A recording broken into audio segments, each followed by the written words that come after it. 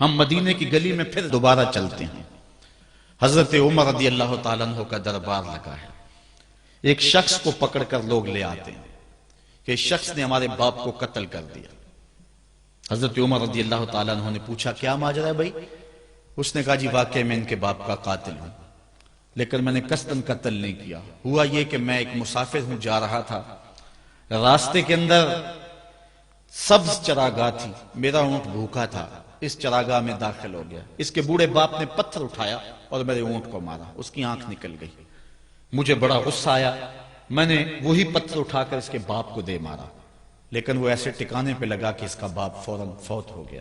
میرا قصد اور ارادہ نہیں تھا، لیکن بہرحال میں اس بات کا اقراری ہوں کہ میں نے اس کے باپ کو قتل کر دیا ہے. آپ جو حکم سنائیں میں اس کو قبول کروں گا، لیکن میں ایک مہلت مانگتا ہوں کہ میرے دوست، میرے بھائی کی کوئی رقم میرے ذمے ہے، میرے پاس اس نے امانت رکھی ہوئی ہے اور وہ مجھے پتا ہے کہ میں نے کہاں چھپا کے رکھی ہوئی. اگر آپ فیصلہ کر دیتے اور میری گردن کاٹ دی جاتی ہے تو وہ امانت جو میں نے رکھی ہوئی ہے سنبھال کر کے، میرے علاوہ کوئی جانتا بھی نہیں ہے، تو وہ اس تک کون پہنچائے گا؟ اگر آپ مجھے 3 دن کی مہلت دے دیں تو میں جا کر کے اس کی امانت اس کو واپس کر کے پھر واپس آؤں گا، پھر یہ پھندا پھانسی کا میں اپنے گلے میں ڈلوانے کے لیے تیار ہوں گا. حضرت عمر رضی اللہ تعالیٰ عنہ نے فرمایا کہ کوئی شخص تیری ضمانت دے دے تو ہم تجھے چھٹی دینے کے لیے تیار ہیں. اس نے دائیں بائیں دیکھا، پورے مدینے میں اس کا کوئی شناسہ ہی نہیں تھا، واقف ہی نہیں تھا، ایک اجنبی شخص تھا. حضرت ابو ذر غفاری کھڑے ہو گئے، کہا حضرت عمر میں اس کی ضمانت دیتا ہوں. ضمانت دے دی گئی، وہ چلا گیا. تیسرے دن وعدے کا جو وقت تھا، لوگ جمع ہو گئے، دربار لگ گئے. ابھی تک آنے والا نہیں آیا. لوگوں نے کہا ابو ذر تو نے غلطی کی ہے، ایک اجنبی کی ضمانت دی اور ابھی تک وہ نہیں آیا. اور میاں صاحب فرماتے ہیں ایک بار جو پھائیں اڑ جاندے ہو پھر کدی نہ پھنس دینے. ظاہر ہے وہ چلا گیا، واپس تو نہیں پلٹ کے آئے گا، اسے پتا ہے کہ آگے سیدھی سیدھی میری موت ہے، تو تم نے یہ کیا غلطی کی؟ خیر آپ نے فرمایا کہ اگر وہ نہ آیا تو یہ پھانسی کا پھندا میرے گلے میں ڈال لینا، لیکن بہرحال میں نے اس کی ضمانت دی. کچھ عرصہ بیتا کہ دور سے گرد و غبار اڑتا ہوا دکھائی دیا. جب صورت واضح ہوئی تو وہی شخص تھا. حضرت عمر فاروق رضی اللہ تعالیٰ عنہ کے دربار میں کھڑا ہو کہنے لگا حضرت کسی وجہ سے تاخیر سے پہنچا ہوں، معذرت چاہتا ہوں، اب جو حکم ہے پورا کیجیے. حضرت عمر رضی اللہ تعالیٰ عنہ اس کے پھانسی کے احکامات جاری کر چکے تھے.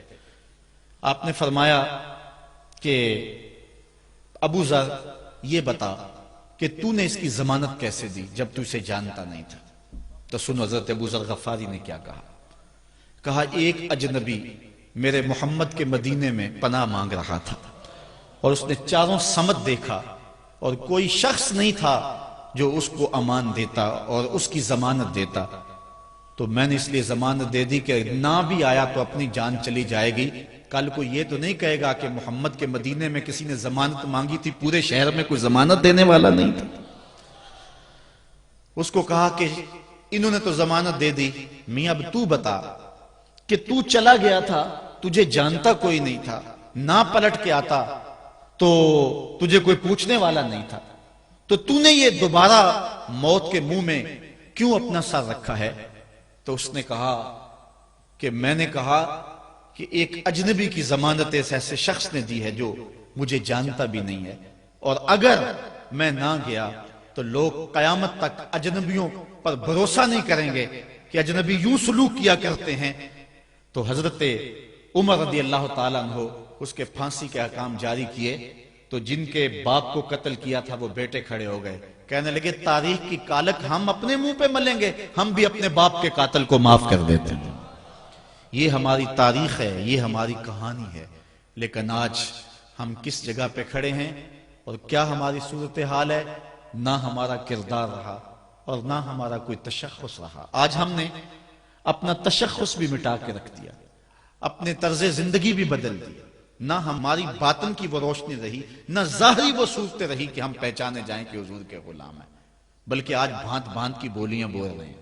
اقبال نے کیا کہا تھا؟ اپنی ملت پر قیاس اقوام مغرب سے نہ کر، خاص ہے ترکیب میں تجھے قوم رسول ہاشمی۔